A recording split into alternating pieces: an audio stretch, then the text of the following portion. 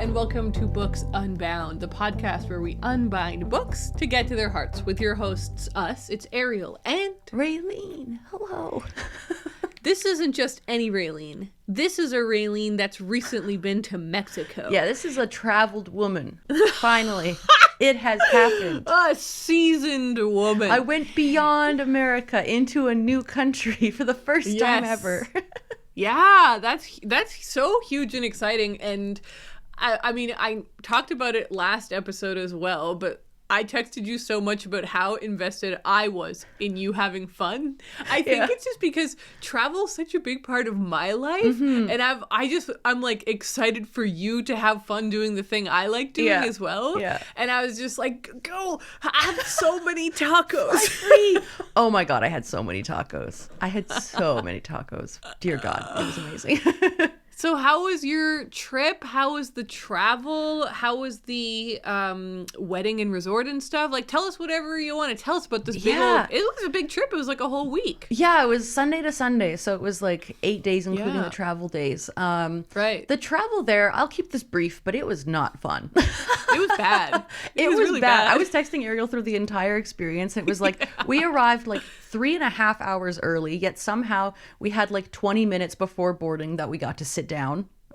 So that'll tell you something. We were standing in line dealing with shit for a long time. Yeah. And that's all I'll say. It was just not fun. Not fun. Lots of unhappy people. And so yeah, it was not like a fun start to the trip. But by the time we arrived at the resort, it was fantastic. It was nice. We all got settled in. Everybody got into their nice clothes, and we went and like had a drink together and like kind of got to meet everyone for the first time. Because this trip, there was about 40 people that came for the wedding.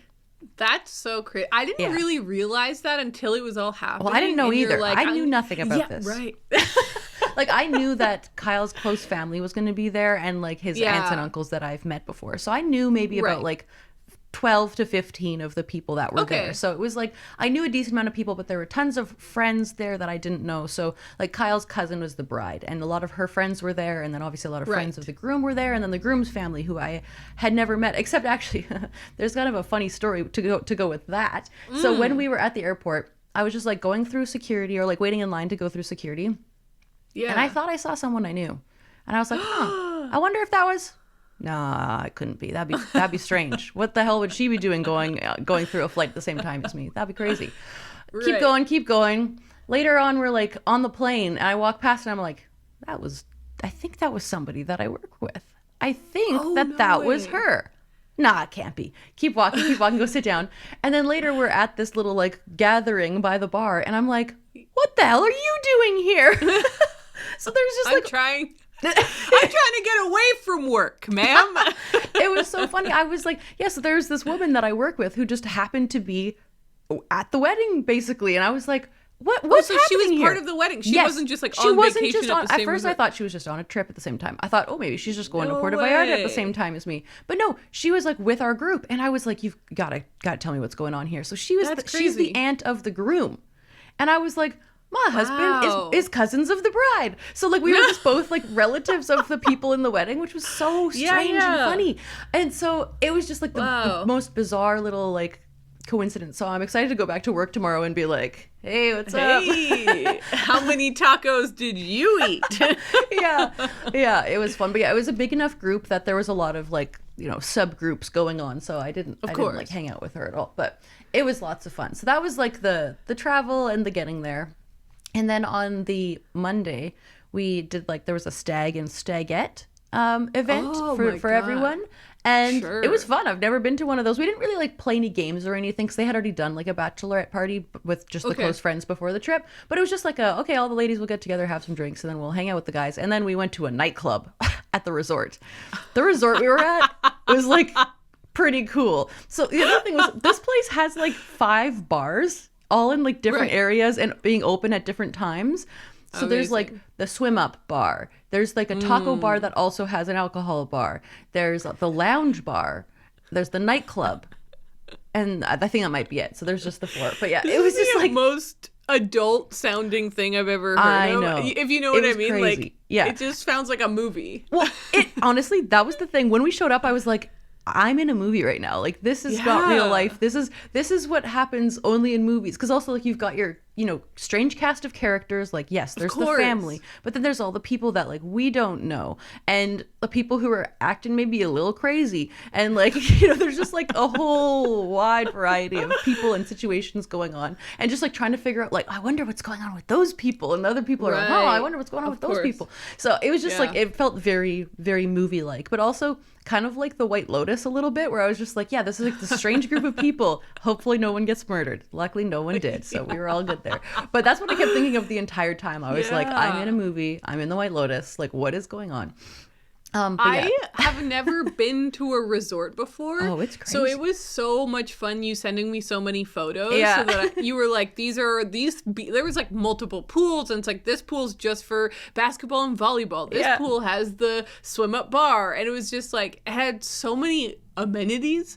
It had an insane amount of amenities. Yeah. I was texting another friend though, and I was like, going to a resort for that long, I'm like, would that be boring? Like, have you ever been to a resort? We were just talking about it. And she was like, well, the thing is, they're all inclusive with alcohol and food. Mm-hmm. So you just kind of go there to actually like relax. And I was like, oh my God, I just realized I've never been on a vacation where I actually just relaxed. I know. Like, I was thinking about that for myself too. Like, I've only traveled a few times, but it's always for a purpose. It's like, I'm going here to do things. And I told, like, people were asking me beforehand, like, what are you going to do while you're there? And I was like, I hope I do nothing. Like, that is what I'm trying to do. And for the most part, we accomplished it. Do you feel relaxed right now? Do you feel like actually that was kind of a relaxing time? Yeah, I would say so. That's so cool. Yeah. It was super nice. Like, because there were lots of things to do there. So we did little activities throughout the week. We didn't do that many, but there was like archery. There was like a little air gun, like shooting area. They had tennis, which we didn't do. There's lots of activities in like the volleyball / basketball / water polo pool, which was also really fun to watch. I didn't participate, but I watched, and my God, it was very, very funny. But they also had like water aerobics every day, and like Zumba every day, and bingo. Like, they had lots of little activities happening for like anything that anyone could want to do at any time, basically. It's like, you've got something to do. So great. There was even whale watching. We saw some whales. We didn't go to the whale watching event, but we saw whales breaching in the distance. That's so cool. So yeah, it was beautiful because like the resort that we were at was right by the ocean, obviously. And so there was ocean, pool, all sorts of things. So yeah, it was lots of fun, but mostly we relaxed. Like, we had a few wild days leading up to the wedding, and then the wedding was on the Wednesday. But then after that, we got to just lay around the pool and do nothing but eat and drink and swim around, which I was very okay with. I always say when I get back from trips, I always say like, I need a vacation from my vacation. Right, exactly. Well, the thing is, and you actually had a restful vacation. Yeah, well, somebody said something when I was there that just made it, like, summed it up in the perfect way. It's like, there's a difference between a vacation and traveling, and what we're doing is vacationing. What you normally do is traveling. So it's like, yes. You're totally They're right. Totally different things. It was so fun to get all your updates and all your photos and stuff. And I mean, you look pretty calm and happy to me. So that's great. I'm calm and happy now. But yeah, traveling yesterday was wild. Getting back sounds like it was really long. Yeah, like it was just like start to finish for the traveling yesterday was about 12 hours. And and I'm a little, my throat's a little sore from all the laughing and talking and screaming and singing, and that means I had a good time, which is fine. But yeah, to answer your question, she left it all out on the field. But to answer your question about the resorts possibly getting boring, I do think that they do get boring. Like, I started to get bored after about the 5th day. I was like, okay, I gotta go. I want to leave. So that's just me personally, because when I'm laying around and there's like tons of people, I like couldn't read. Like, I ended up reading a book, but it was hard. Like, I read like maybe 2 pages each day laying by the pool, because I'm like, the sun is baking me. I'm so hot. I can't focus. There's people playing volleyball in front of me. There's people doing Zumba in the pool. Like, there was just like always something happening. And so I just found it really hard to focus. So most of the time I just kind of lay there, which I think is like also a good thing to do. Yeah. I mean, it also, I know it wasn't, but it was sort of almost also like a honeymoon a bit, right? Because you guys got to go on this big trip and but at the same time, I'm like, there's like, your whole family's here. Yeah, like, in a way, it's a honeymoon, but we were never really alone. Yeah, like there were some times where we were like, okay, we're gonna just like go hide in our room now because we want to not be around people for a little while. Yeah. But overall, it was really good. There was one day when I fell asleep in the sun, and then I felt so sick for the rest of the day, like because I didn't drink any water. I was just like fell asleep in the sun and was like, I'm dying. What's happening? I feel like death. And so I just like had some French fries and laid down. So it was, it wasn't all fun and games, but it was mostly fun. Because this place also had lots of restaurants, which was cool. Like most of the time you would just go to the buffet. Like there was a buffet for breakfast and dinner, and then there was a different buffet just for lunch, which was really close to the pool. Oh, actually there was another buffet that was like just a hot dog buffet.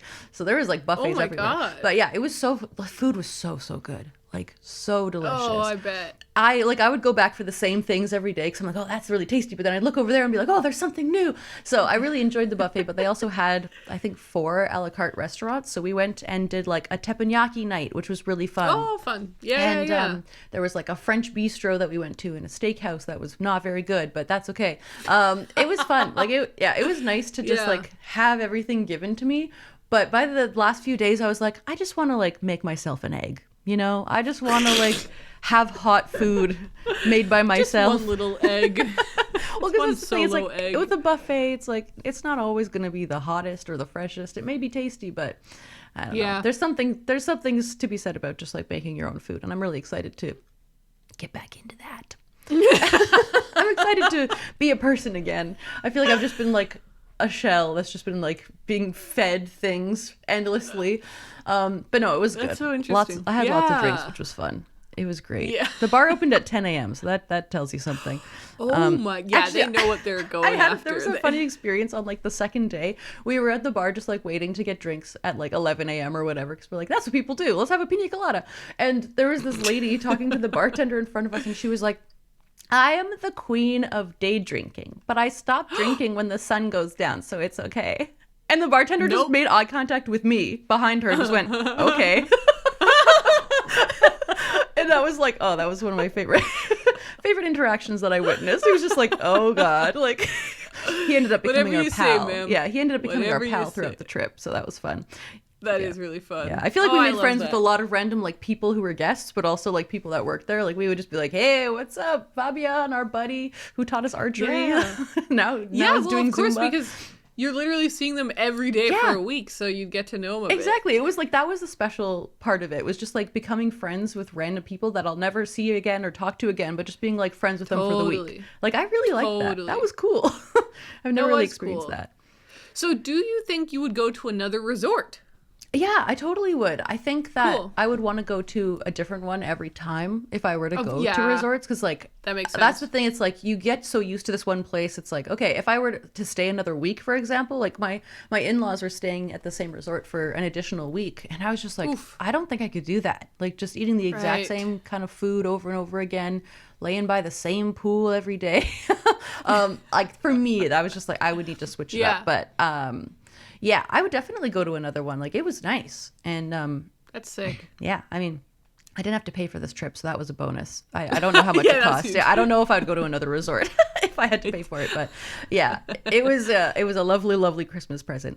But yeah, it was lovely. Like I really enjoyed it. It was so fun. Like the atmosphere was just always like exciting and happy. So it was a nice place to go. Yeah. That's so great. Well, thank you for telling us all about it, because I just was so glad that you were having such a fun time and you were like on this big adventure and all these wacky things were happening. Yeah, like I have some stories that I'll tell you later. Oh my God. Off the air.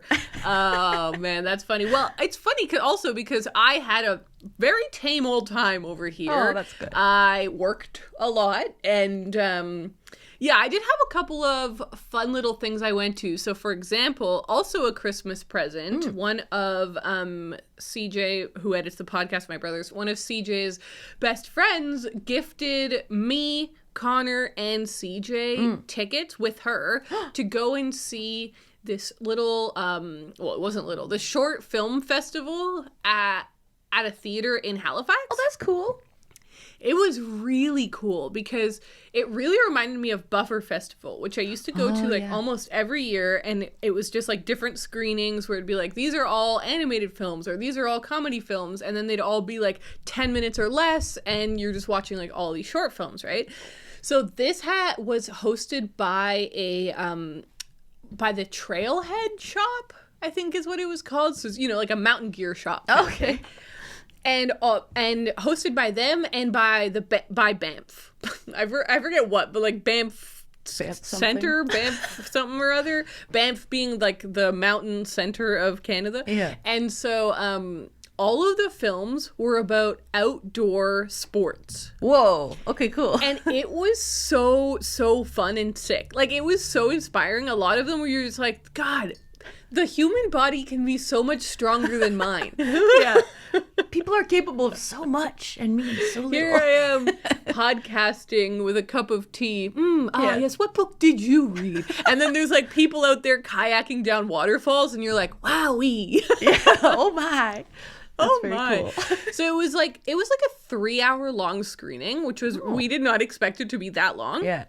But it was like 4 short films and then an intermission and then another 4 short films. And some of them were like, one of them, the shortest one was like 6 minutes, I think. And then there was like a 12-minute one, a 22-minute one. One was 45 minutes. That's not a short film anymore, in my opinion, but whatever. That's a medium film.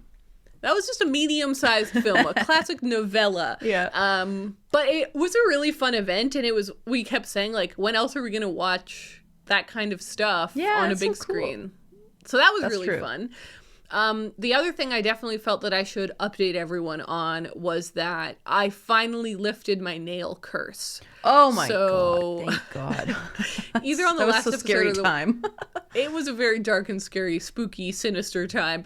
Either on the last episode or the one before that, I lost a little bit of track of what we did in which one because we pre-recorded for your Mexico trip. I talked all about my complete and utter disaster trying to get my nails done. Well, finally, I just booked in with this other place and I walked in my 4th attempt to get my nails done. And I was like, it's not going to happen. Like, I was like, there's no way in hell this is happening. Literally the day before, they called me on the phone and they were like, what kind of nails do you have? And I was like, I don't get why this is stumping everyone. Were you going to a different place now? Like, do you keep going to new places? Yes. Okay. No, I keep going to different places. Okay. I keep attempting different places. So this was a totally different place. And I was like, oh, hell, I'll just try it. I went in.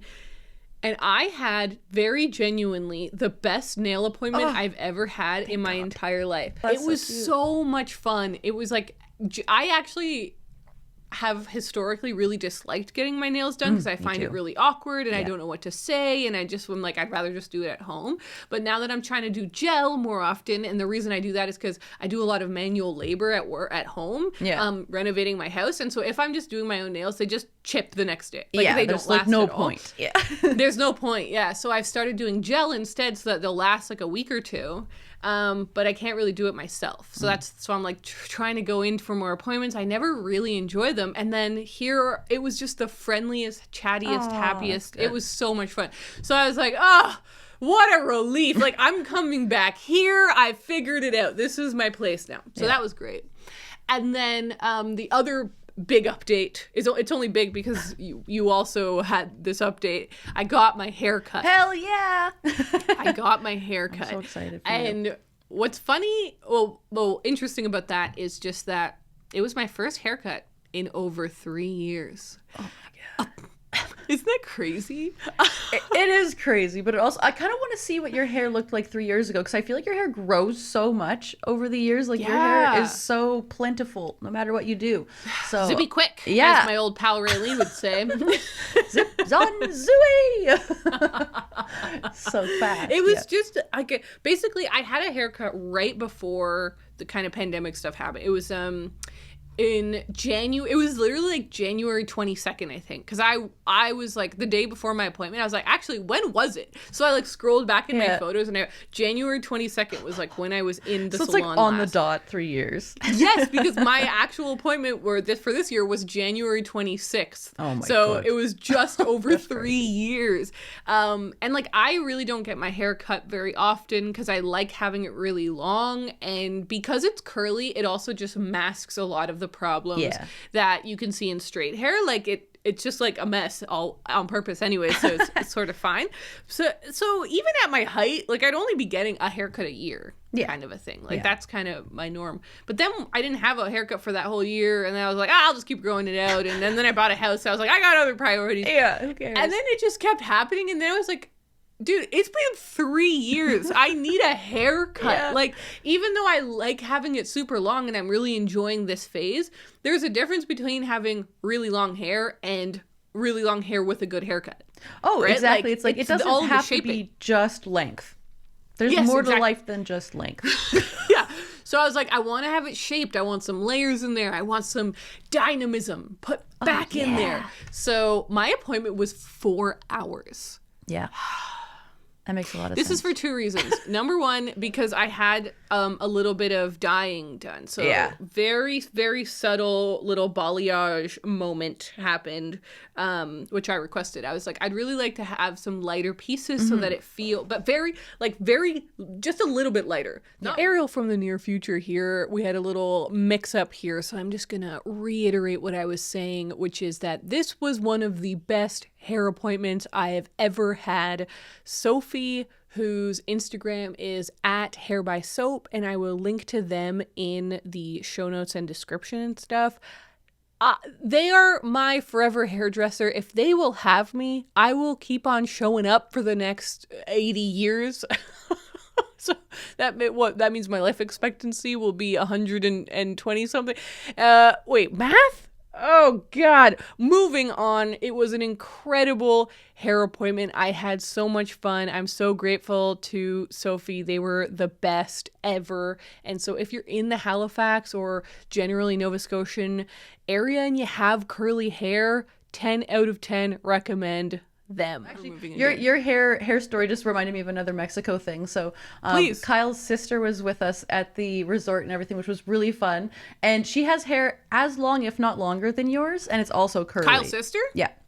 Yeah. Oh, yeah. Totally. It's very, her very so long. Very, very long. And so for the wedding, I was like, do you want me to style your hair? Because she never really styles it. She doesn't really do anything with it. So I was like, do you want me to we can do something with it? She was like, sure. Yeah. And so 2 hours before the wedding, I was like, okay, come to my room. We need to start working on your hair because, man, it's going to take a while. And so, I straightened all of her hair out and then, curled it as well. Yeah. But I had to straighten it first to get the effect. And, it took forever. But it was so fun. Yeah. So I can imagine that your hairdresser probably had a great time with your hair because it is fun. It is fun to play with that much hair. So you might be wondering, dear listener or viewer, why aren't they talking about books yet? That's because Raylene and I haven't talked in 10 days, and clearly we had a lot of catching up to do. Yeah, when either one of us goes on a trip, it's like we just stop being friends for a little while. I sent you pictures, I texted you a bit, but the Wi-Fi was really bad at the resort, to be fair. Which, funny enough, by the pool is where I uploaded most of my Instagram photos that I did because the internet was better there than it was in my room most of the time. That's funny. So I was just in my room and I just want to show the people Mexico. But ended up doing it by the pool.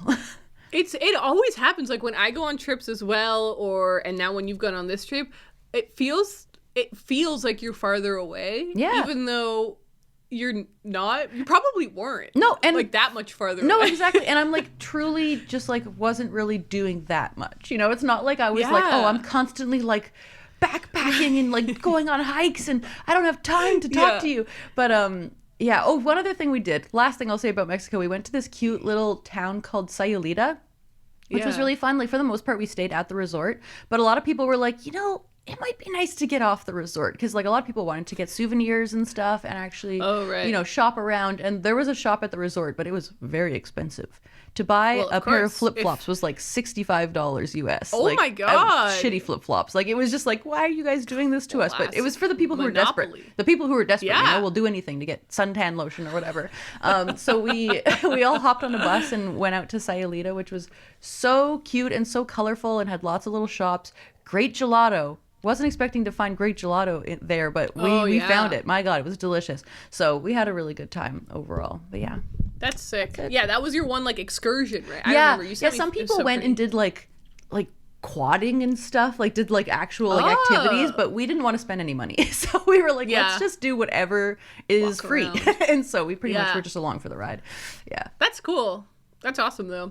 All right, well, let's talk about your reading then. I'm curious what reading you got done in the last little while you were away, and talk us through it.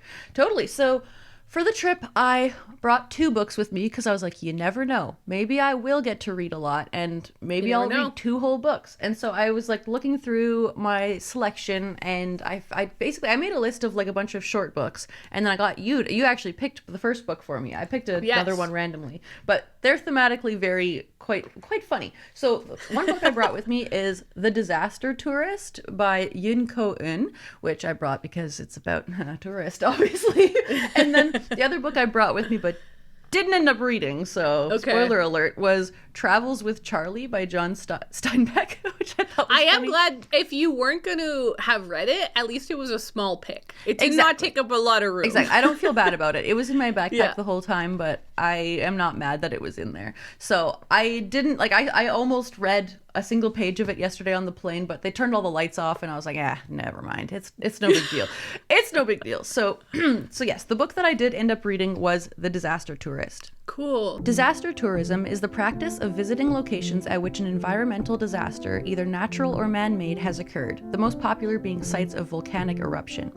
In The Disaster Tourist by Yun Ko-eun, a woman named Yona works for a company called Jungle that specializes in disaster tourism. After 10 years at the company, she's assaulted by her boss, and she decides to quit.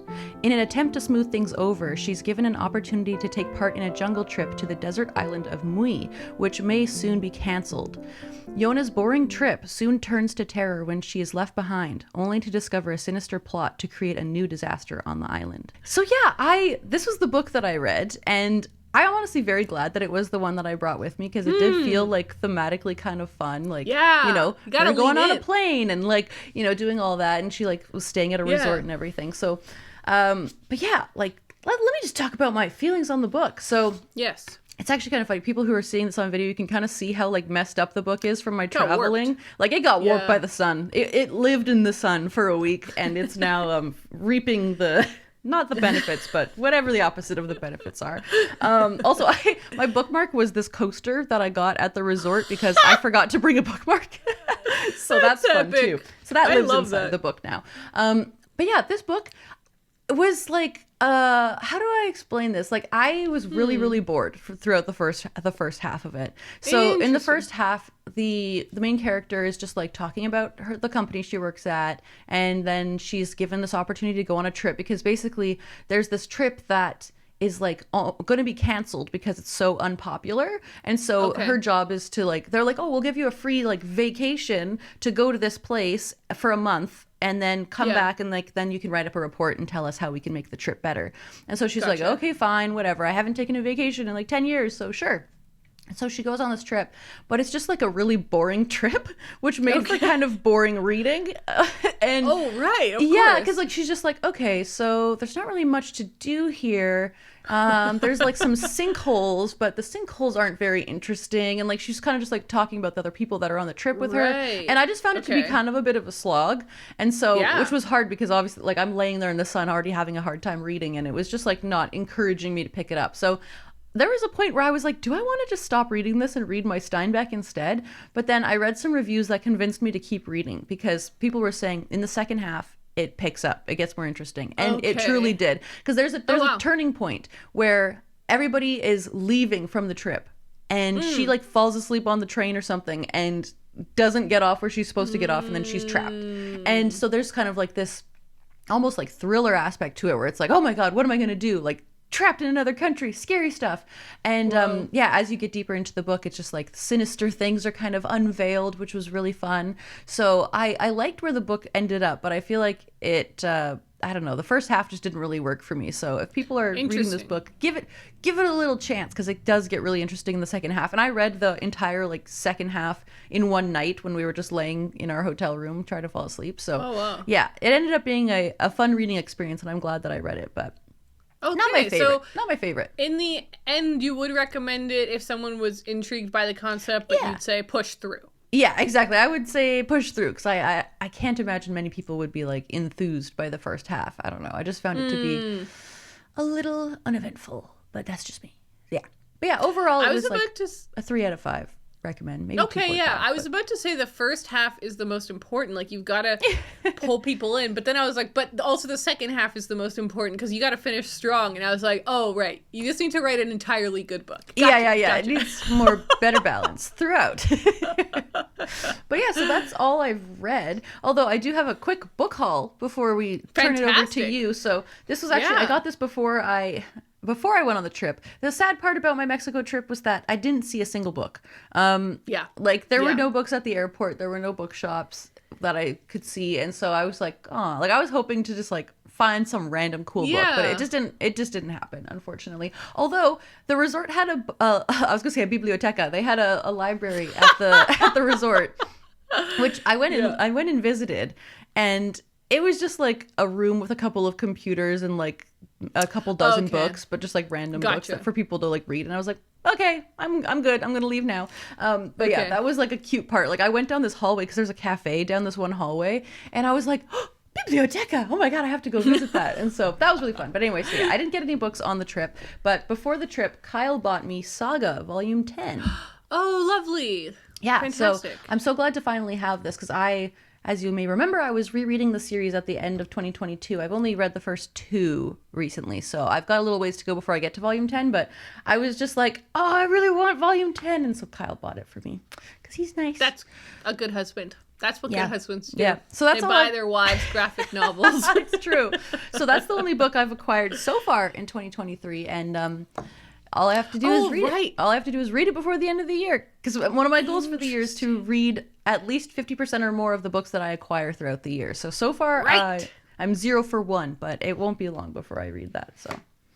Yeah. Okay, that's sick. Yeah. I keep meaning to write down the books that I've gotten this year, and there also aren't that many. Oh, that's good.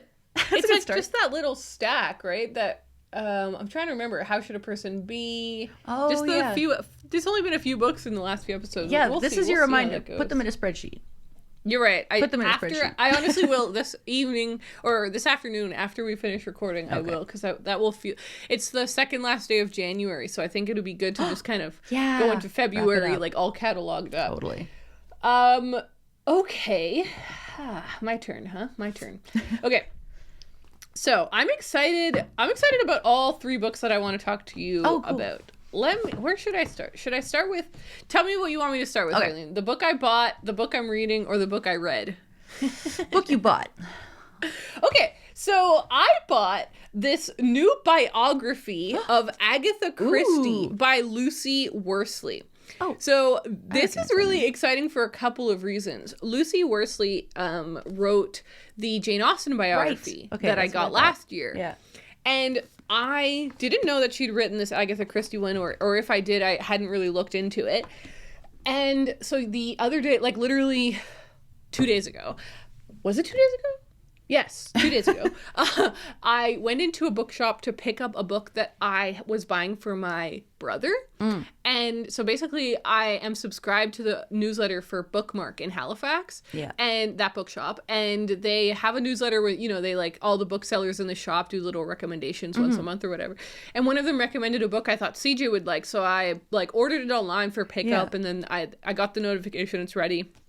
I was like, okay, great. Next time I'm in Halifax. So I went in there, and when I went in there, I was like, well, I may as well look around, right?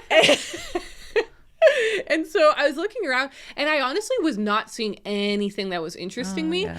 I was like, I do not want to buy books just for the sake of buying books. Like, I'm not just going to do it because I'm like, oh, that looks kind of cool. No, I want to only be buying books that I'm like really excited about reading. And one of the things I did, kind of what I was looking for was like a cool edition of a classic. Oh, okay. Because I was like, obviously one of my goals this year is to read 12 classics. And I'm like, okay, I need to read the first one soon. Like, hopefully I'll start it like in this week or next week or something.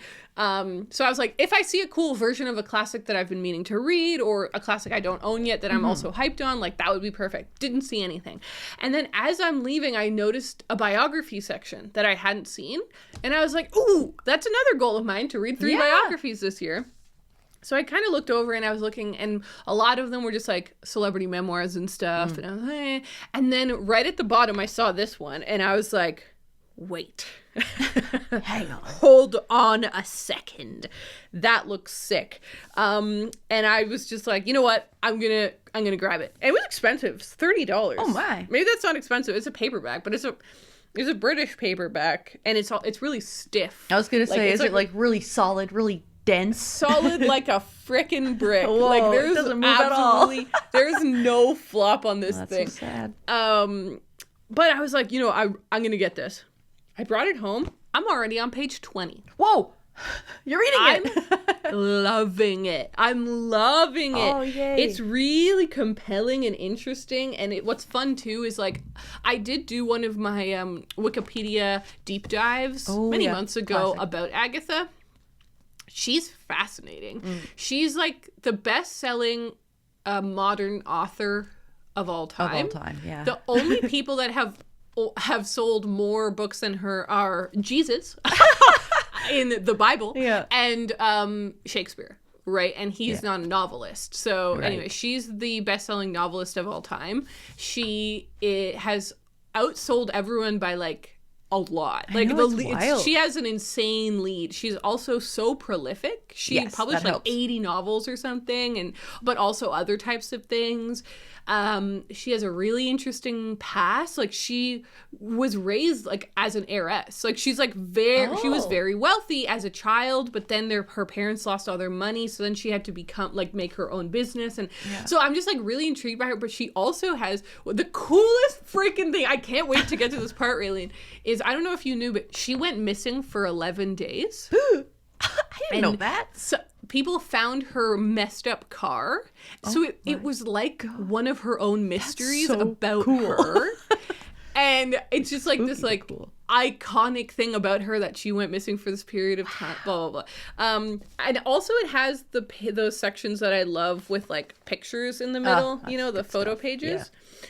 And on one, like, it shows her during the wars and her husbands and stuff like that. And I do love some photo pages. She was really, really beautiful, which is really cool. And I know that the author's going to talk about that a little bit because, like, when we think about Agatha Christie, we think about, like, an older British woman. Yeah. Because that's, like, the photos that really got known of her. But she was, like, this bombshell. It said that by the time she was 21, she already had 9 marriage proposals. Oh, my goodness. And I'm just like, I'm so excited about it. So I was like, I'll just start reading. And then I just like kept reading. And then today when I was getting ready for the podcast, I was like, I actually really want to keep reading. But no, I have to film the B-roll. But anyway, so I was currently reading that a bit, but I'm also currently reading, actually there's a theme developing here. Ooh.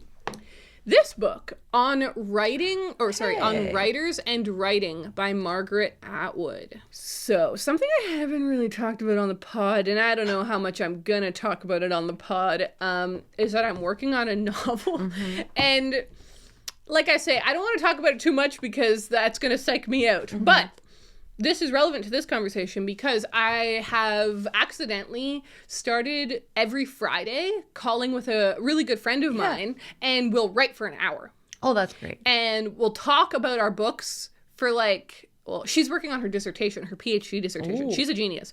And then I'll talk about my silly old novel. And then we'll write for an hour. And it's been so much fun. We've done this now for 3 weeks, oh my God, that's throughout awesome. all of January. Yeah, which has been so good and motivating and fun.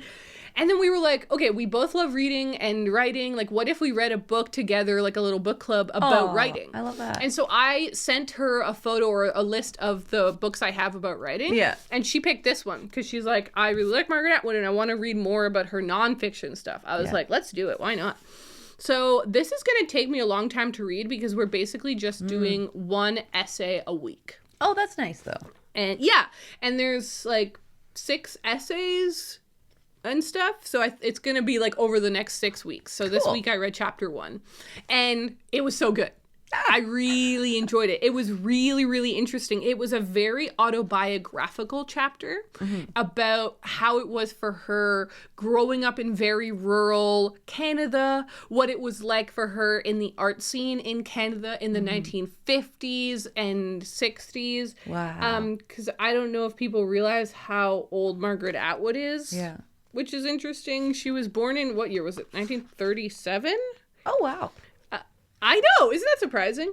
And so she's just been around for like all of it. Yeah, she's seen a lot of things. She's seen a lot of stuff. So yeah, she says I turned 10 in 1949. So she was born in 1939. So she's just like remembers a lot of this, the forming of like the Canadian art scene. Yeah. And how like she's like, for a long time we really didn't have Canadian novelists. We just had British novelists because we were a colony, and like American novelists were coming up. And so she's like, what was it like in that scene? So I loved the first essay. I don't know if I'll like any of the others. So I'll keep you guys updated on my slow progression on that. Yeah, that's awesome. So that's what I'm currently reading. And then here's what I finished. It's not what you wish it is. Uh-oh. It is Wedding Toasts I'll Never Give by Miss Ada Calhoun. So this is a book that I just hauled it last week. I sat down to read it, and I read the whole thing. Wedding Toasts I'll Never Give came out in 2017 from W.W. Norton and was inspired by an article of the same name that came out in the New York Times in 2015. Ada Calhoun is an American journalist and nonfiction writer who was born and lives in New York City. The memoir is set up as 7 wedding toasts where she shares her advice, ideas, and anecdotes about marriage. She confronts questions about infidelity in marriage, about what makes a marriage last, and what you can expect from a long-term relationship. So I really didn't expect to read this so soon. Right? Yeah. Like I just got it now it was like a week and a bit ago, but I just picked it up. I just got it in the mail, and I was like, God, oh yay. And then I sat down, and I don't know if you remember on the podcast where I hauled it, I had said like, I accidentally read 4 pages of it. Like it was so readable. So then that evening I was like, I'll just read a bit more. I read this in 2.5 days. Oh, which it's not that fast, but it's fast for me because I never read that often. Yeah. These days I haven't been reading like that consistently, but like I kept wanting to like read it. Best feeling. It was the best feeling. It was the best feeling where I was like, you know what? I'll read a little more. I'll read a little more. And I stayed up late two nights reading, which again, I love that. I always just go on my phone. And so this was me like actually choosing to pick up a book. And I think that does say something about the book in itself. Just the fact that I wanted to keep reading it. It felt really readable. It felt really interesting. I underlined so much stuff in this book. And I will say, I do not agree with everything she says at all, but I found so much of it very, very interesting. Yeah. So, like I said, it's this book about marriage, and she frames it as like these wedding toasts that I would never give because she feels like she doesn't want to be preachy about marriage, I guess. Yeah.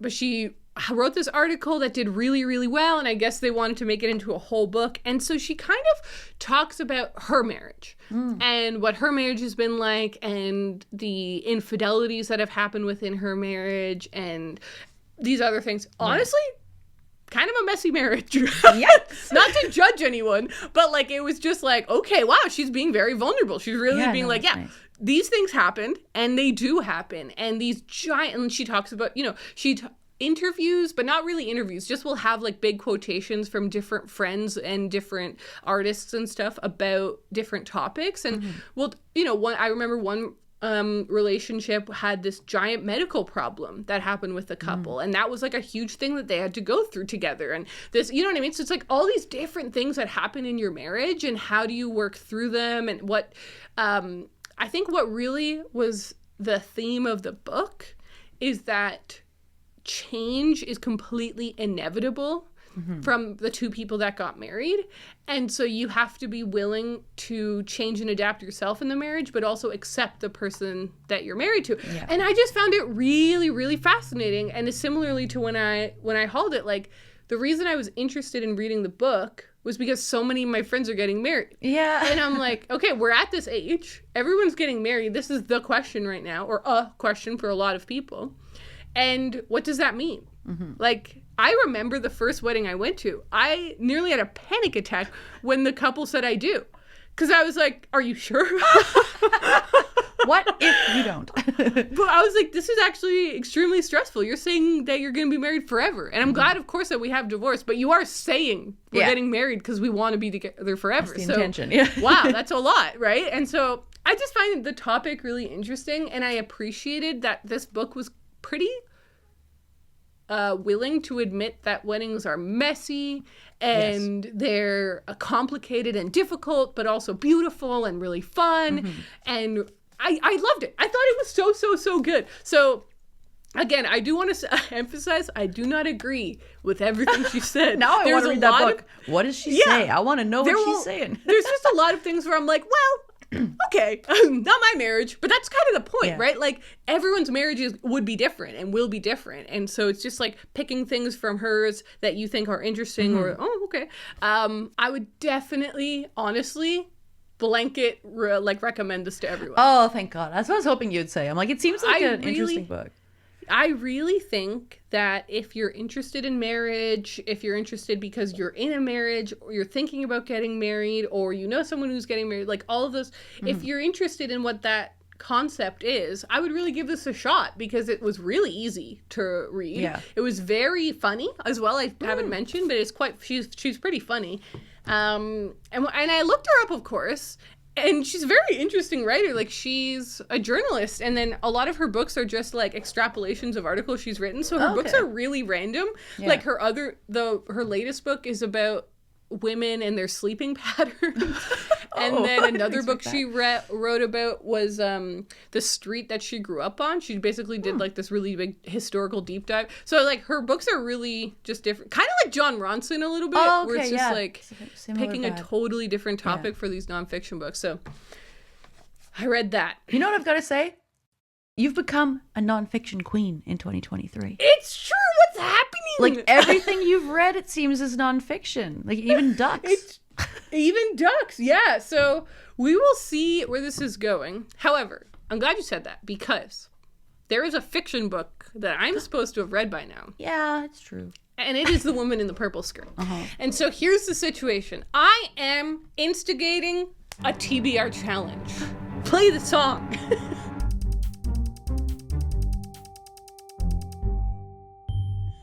Oh my God. I am TBR challenging myself to have read that book by next week. Hell yeah. This is fun. I think that if I get any farther away from it, I'm going to officially give up on it. Yeah. Right now, mentally, I still feel like I'm reading it. Like, it's still on my docket. Yeah. But if we go into February and it keeps going and I still haven't read it, that book is going to die. It's dead. So either I've read it by next week or you get to punish me in some way. Okay, I'll start plotting just in case. So you got to start plotting. So that's your mission, is to plot a reasonable of course. punishment.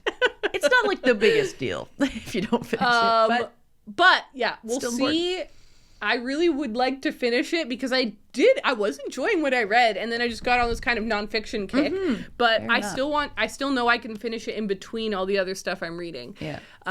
So there's a little TBR challenge for myself. Well, it is now time to jump into some book news. All right, book news.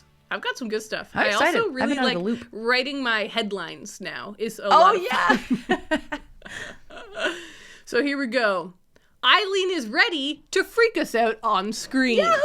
So there has been quite a lot of Eileen news lately. I did see that. And one video in particular has been shared very widely with us on the Instagram. A lot of people were like DMing us this video. Here's what I'm slightly confused about. It says that Eileen's release date is January 21st, which obviously already happened. Yeah. But it's a festival circuit release, so it just played at Sundance. I will say, it's not getting very good reviews. Oh, no! But this video where the cast was talking about it did seem very cool, right? Okay. So I don't know. I'm going to link you guys in the description and in the show notes. I'm linking you all to the video that was being really shared with us a lot. And it's Thomasin McKenzie who's playing Eileen.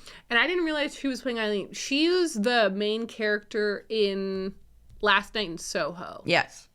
And she is kind of creepy. So I could see her I feel like she fits. Eileen character. She definitely fits for Eileen. I like it. And then Anne Hathaway is playing the best friend character, and she's blonde in it. Which I know. is I saw a picture and I was like, "Who is that?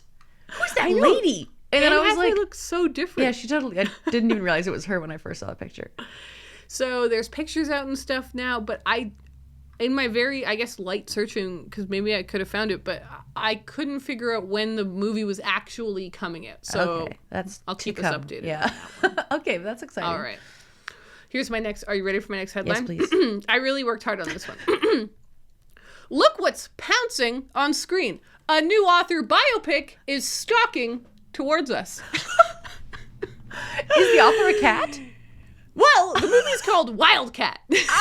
Okay. And it is a new biopic that got announced via Ethan Hawke's Instagram. Oh. It is it follows the life, here it says on IMDb, of writer Flannery O'Connor while she's struggling to publish her first novel.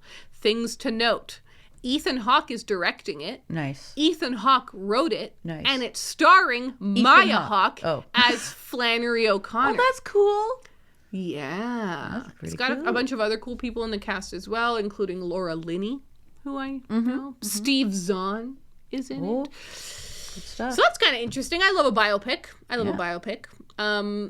Okay. I said that I wasn't going to do very much movie news anymore because I felt like I was a real crutch last year. But then I literally got a bunch of messages from people who were like, if you don't do movie news, I'm not going to get it anywhere. Please don't we're stop. never going to know. Okay. It's true. I love doing the movie news.